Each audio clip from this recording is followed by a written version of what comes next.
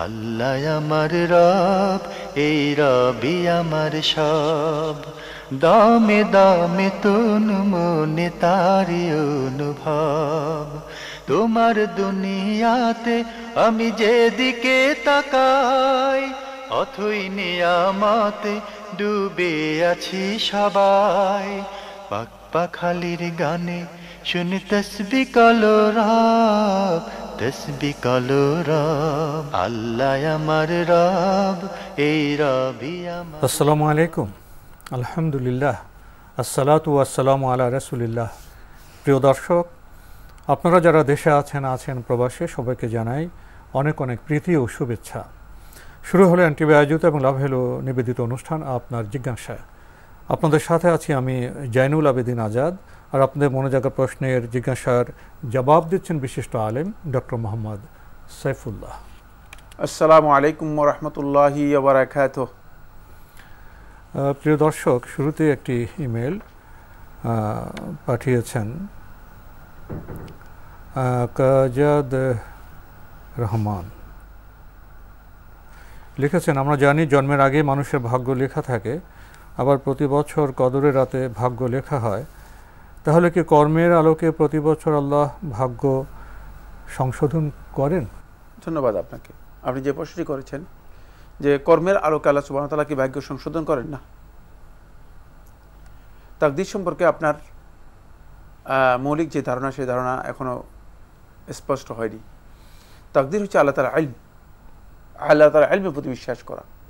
আল্লাহ সুবহানাহু ওয়া তাআলা মাখলুকাতের সব কিছু সম্পর্কে জ্ঞান রাখেন। কি জ্ঞান রাখেন? খুব ভালো করে জানতে হবে কি কি জ্ঞান আল্লাহ সুবহানাহু ওয়া তাআলা রাখেন। আলিম, তিনি আল্লাহ তাআলার একটি অন্যতম গুরুত্বপূর্ণ প্রশংসনীয় বৈশিষ্ট্যমণ্ডিত নাম হচ্ছে আল আলিম, মানে বিস্তৃত জ্ঞানের অধিকারী, মহাজ্ঞানী, প্রজ্ঞাময়। তিনি কি আলিম, খুব ভালো করে খেয়াল করুন। আলিমুন বিমা কান, এক নম্বর পয়েন্ট।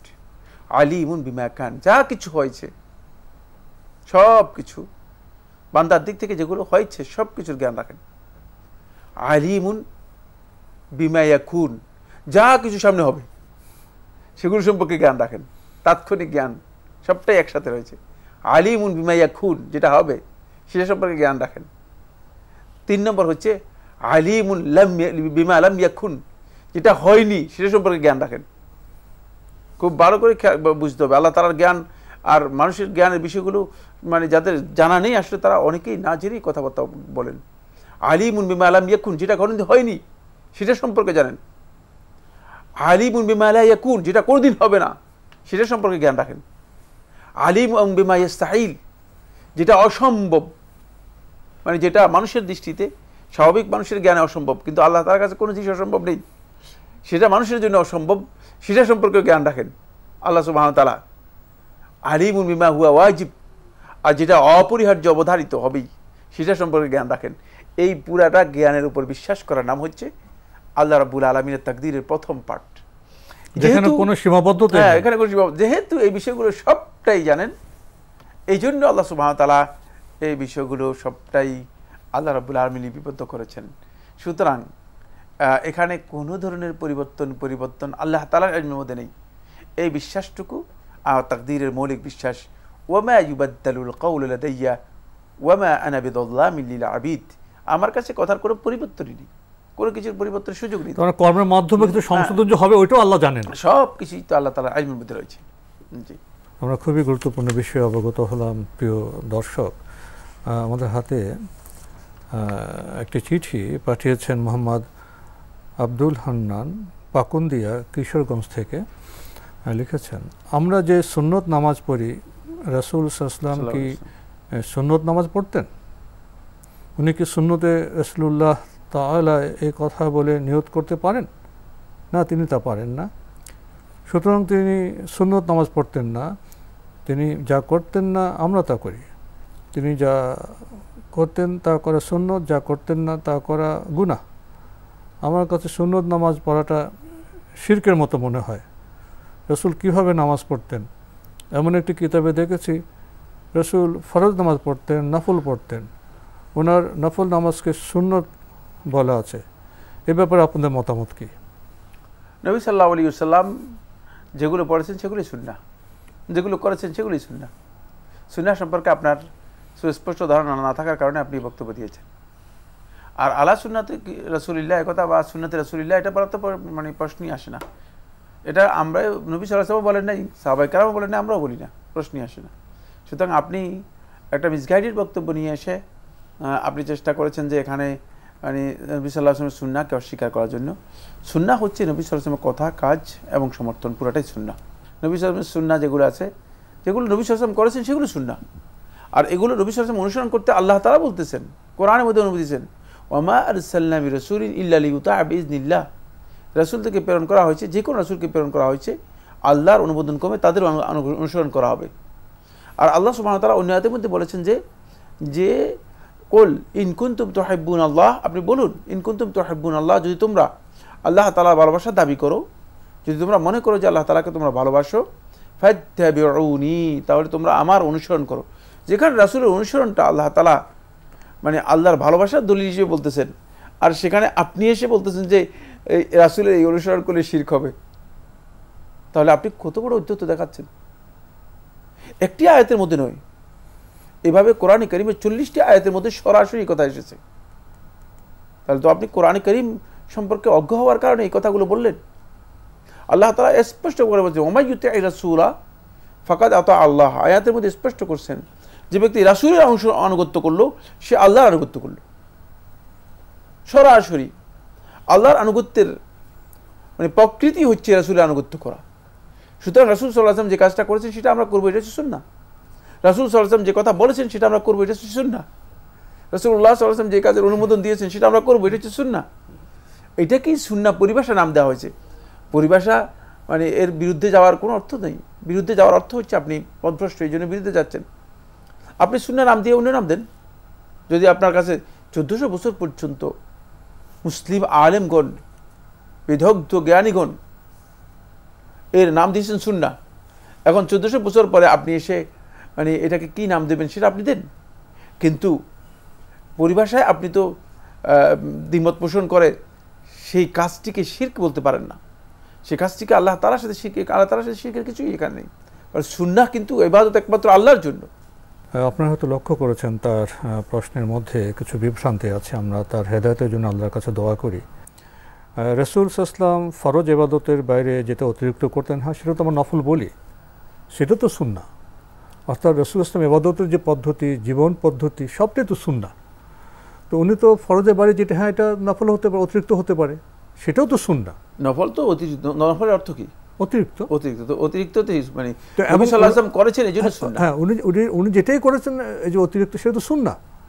তো এখানে তো বোধহয় সমস্যা কিছু নেই। আর কিছু বলবেন? না, এখানে আমি স্পষ্ট করেছি যে বিষয়টি, সেটা হলো এই ভাই সুন্নাহর সাথে তার চেতনাগত দিক থেকে বিরোধ থাকার কারণে সুন্নাহ সম্পর্কে তিনি পথভ্রষ্ট একটি বক্তব্য দেওয়ার চেষ্টা করেছেন।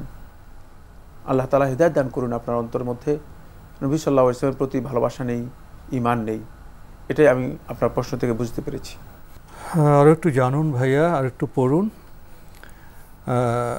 আমরা নতুন প্রশ্নে যাচ্ছি। ইমেলটি পাঠিয়েছেন মুস্তাক আহমেদ নরসিংদী থেকে।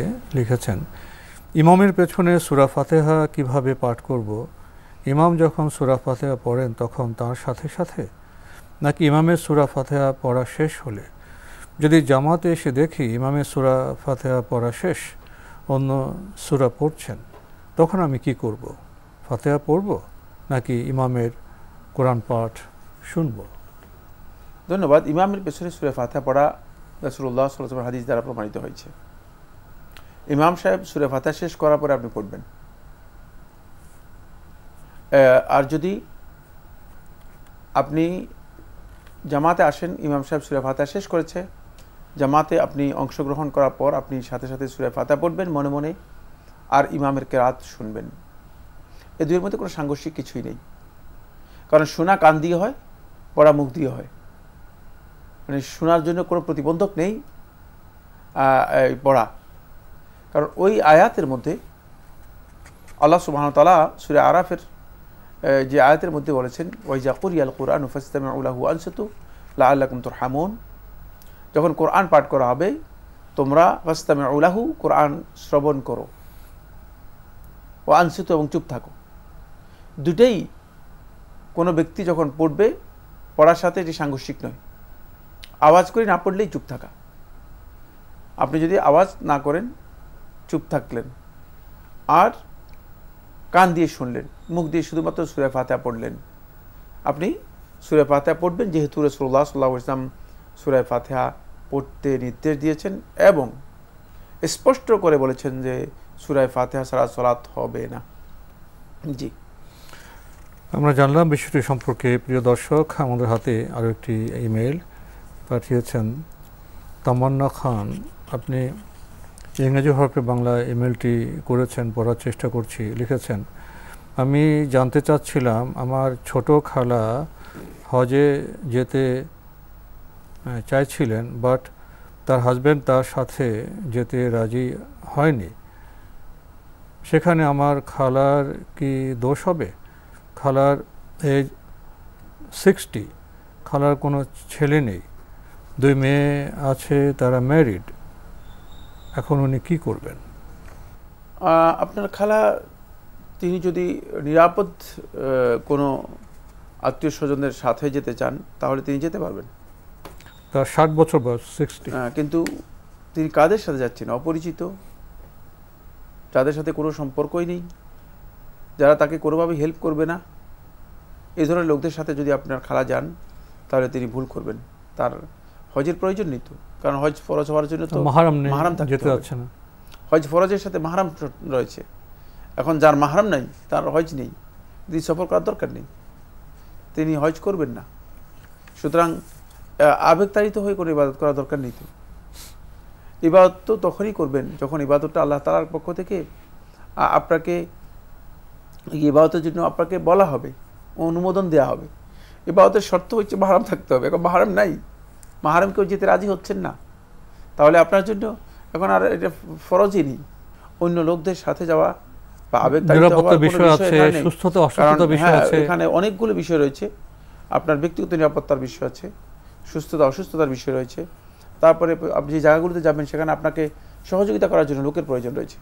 সেক্ষেত্রে যদি কোনো কারণে আপনাকে কেউ সহযোগিতা না করে তাহলে আপনি দেখবেন যে বড় ধরনের বিপদের মধ্যে পড়ে গেছেন। এই জন্য আমি মনে করে থাকি যে মানে আপনি অন্য গ্রুপের সাথে না গিয়ে যদি আত্মীয় স্বজন একান্ত নিজেদের লোক থাকে তাদের সাথে যদি যেতে পারেন যাবেন, অন্যথায় আপনার উপর যেহেতু হজ ফরজ নয় আপনি যাওয়ার কোনো দরকার নেই। আপনি আল্লাহ তাআলার কাছে অন্য ইবাদতগুলো মাধ্যমে আল্লাহ তাআলার নৈকট্য লাভ করার জন্য চেষ্টা করুন এবং যদি আপনার স্বামীকে রাজি করাতে পারেন তাহলে আপনার জন্য সবচেয়ে উত্তম। আমরা জানলাম বিষয়টি সম্পর্কে। প্রিয় দর্শক, আমাদের হাতে আরও একটি ইমেল পাঠিয়েছেন কামরুন্নাহার মহিলা কলেজ রোড, কুমিল্লা থেকে। আগের ইমেল আপনার অনেক প্রশ্ন রয়ে গিয়েছিল। আপনি লিখেছেন, তাওয়াফের সময় 2 সিজদার মাঝে দোয়া যেমন আল্লাহ মুগফিরলি, তারপর সালাম ফিরানোর পূর্বে দোয়া যেমন আল্লাহুম্মা ইন্নী আউযু বিকা মিন, এবং তাকবীরে তাহরিমের দোয়া যেমন আল্লাহুম্মা বাঈদ ওয়া বাইনা বারাদি ইত্যাদি দোয়া পড়া যাবে কিনা দয়া করে জানাবেন। এবং এই দোয়াগুলো সাই করার সময় যখন দুহাত উঠিয়ে দোয়া করার নিয়ম, তখন হাত তুলে এই সমস্ত দোয়াগুলো করা যাবে কি? হ্যাঁ, তাওয়াফ এবং সাইর সময় এই দোয়াগুলো করতে পারবেন, যে কোনো ধরনের দোয়া করা যায়। আর এগুলো যেহেতু সুন্নাহ দ্বারা সাব্যস্ত হয়েছে, নবী সাল্লাল্লাহু আলাইহি ওয়াসাল্লাম করেছেন, করতে বলেছেন, সুতরাং এই দোয়াগুলো তাওয়াফ এবং সাইতে করতে কোনো ধরনের বাধা নেই, করতে পারবেন। বোন, আপনি আরও লিখেছেন, তাওয়াফের মাঝখানে যদি অজু ভেঙে যায় তখন অজু করে এসে কি তাওয়াফ শুরু করে দিব, নাকি তাহিয়াতুল মসজিদ ও তাহিয়াতুল অজুর নামাজ আদায় করব আগে? জানাবেন। না, তাহিয়াতুল মসজিদ তাহিয়াতুল অজু পড়বেন না, অজু করে এসে তাওয়াফ শুরু করে দিবেন। যেহেতু আপনি ইবাদতের মধ্যে রয়েছেন, এটা সলাতের মর্যাদা, তাওয়াফের হুকুম হচ্ছে সলাতের হুকুম। সুতরাং যেহেতু আপনি ইবাদতের মধ্যে আছেন, আপনি এখানে তাহিয়াতুল অজু তাহিয়াতুল মসজিদ পড়ার বিষয় নেই, আপনি সরাসরি তাওয়াফ শুরু করে দেবেন। যেখান থেকে তাওয়াফ শেষ, মানে ভঙ্গ হয়েছে ওখান থেকে, ভঙ্গ হয়েছে সেখান থেকেই তাওয়াফ শুরু করে দেবেন। জি, আমরা জানলাম বিষয়টি সম্পর্কে। প্রিয় দর্শক আরও লিখেছেন, মৃত মা বাবার নামে আয়েশা মসজিদে গিয়ে উমরা করা যাবে কি, এবং দুইজনের নামে একবার নাকি আলাদা আলাদাভাবে করা লাগবে? জানাবেন। আয়েশা মসজিদে গিয়ে মৃত মা বাবার নামে উমরা করা জায়েজ নেই, বেদাত। নামে তো জায়েজই নেই, মানে তাদের পক্ষ থেকেও যে উমরা করা হয় থাকে এটি বেদাত, নবী সাল্লাল্লাহু আলাইহি ওয়াসাল্লামের সুন্নাহ দ্বারা সহি কোনো সনদে প্রমাণিত হয়নি। সেক্ষেত্রে আপনি যদি মিকাতের বাহিরে যান কোনো কারণে, মানে বেড়াতে যান বাহিরে, যেমন মদিনায় গেলেন, তারপরে আবার মদিনা থেকে আসলেন, তাহলে আপনার জন্য বৈধ, আপনি উমরা করতে পারবেন। সবশেষে আপনি লিখেছেন মসজিদে নববীর কোন জায়গা, অর্থাৎ যেটা জান্নাতের অংশ, সেটা সঠিক কোন জায়গা দয়া করে জানাবেন? ওটা হচ্ছে নবী সাল্লাল্লাহু আলাইহি ওয়াসাল্লামের ঘর যে আছে, ঘর থেকে আরম্ভ করে নবী সাল্লাল্লাহু আলাইহি ওয়াসাল্লাম মিম্বার পর্যন্ত, মা বাইনা বাইতি ওয়া মিম্বারি রাউদাতুম মিন রিয়াদিল জান্নাহ। নবী সাল্লাল্লাহু আলাইহি ওয়াসাল্লাম বলেছেন যে আমার ঘর এবং আমার মিম্বারের মাঝখানে এই জায়গাটুকু হচ্ছে রাউদাতুম মিন রিয়াদিল জান্নাহ, জান্নাতের বাগানগুলোর অন্যতম একটি বাগান। সুতরাং এই জায়গাটা হচ্ছে এই জায়গায়, সেখানে আলাদা কার্পেট দেওয়া আছে এবং ওই জায়গায় যদি রংটাও একটু আলাদা অন্য থেকে, আপনি যদি ওই জায়গায় প্রবেশ করেন তাহলে নফল সালাত আদায় করতে পারেন। তো আজকে আমাদের এখানেই শেষ করতে হচ্ছে। আপনাকে অনেক ধন্যবাদ। আপনাকে অনেক ধন্যবাদ। প্রিয় দর্শক, আমরা দেখছিলাম এনটিভি আয়োজিত এবং লাভেল নিবেদিত অনুষ্ঠান আপনার জিজ্ঞাসা। আমাদের এই অনুষ্ঠান আপনারা এনটিভি অনলাইনেও দেখতে পারবেন, ভিজিট করুন www.ntvbd.com। এছাড়া ইউটিউবে এবং আমাদের ভেরিফাইড ফেসবুক পেজে অনুষ্ঠান দেখতে পারবেন। শেষের প্রশ্নটি তো খুবই সুন্দর। আমরা রিয়াজুল জান্নাতের খবর নিচ্ছি, সেখানে আমরা সালাত আদায় করার ইচ্ছে পোষণ করে থাকি। মূল কথা, আমরা জান্নাতে যেতে চাই, খুবই গুরুত্বপূর্ণ একটি বিষয়। আমল তো লাগবে। আসুন আমরা পড়ি, জানি এবং সঠিকভাবে আমল করার, ইবাদত করার চেষ্টা করি। চিঠি লিখুন, প্রশ্ন পাঠান আমাদের ঠিকানায়। পরিচালক আপনার জিজ্ঞাসা, এনটিভি, বিএসসিসি ভবন, 7ম তলা, 102 কাজী নজরুল ইসলাম এভিনিউ, কারওয়ান বাজার, ঢাকা 1215। ইমেল অ্যাড্রেস আপনার জিজ্ঞাসা @ntvbd.com। মহান আল্লাহ আমাদের সবাইকে নিরাপদে রাখুন শান্তিতে। আসসালামু আলাইকুম। আল্লাহ আমার রব, এই রবি আমার সব, দামে দামে তুন মনে তারি অনুভব। আল্লাহ আমার রব, এই রবি আমার সব।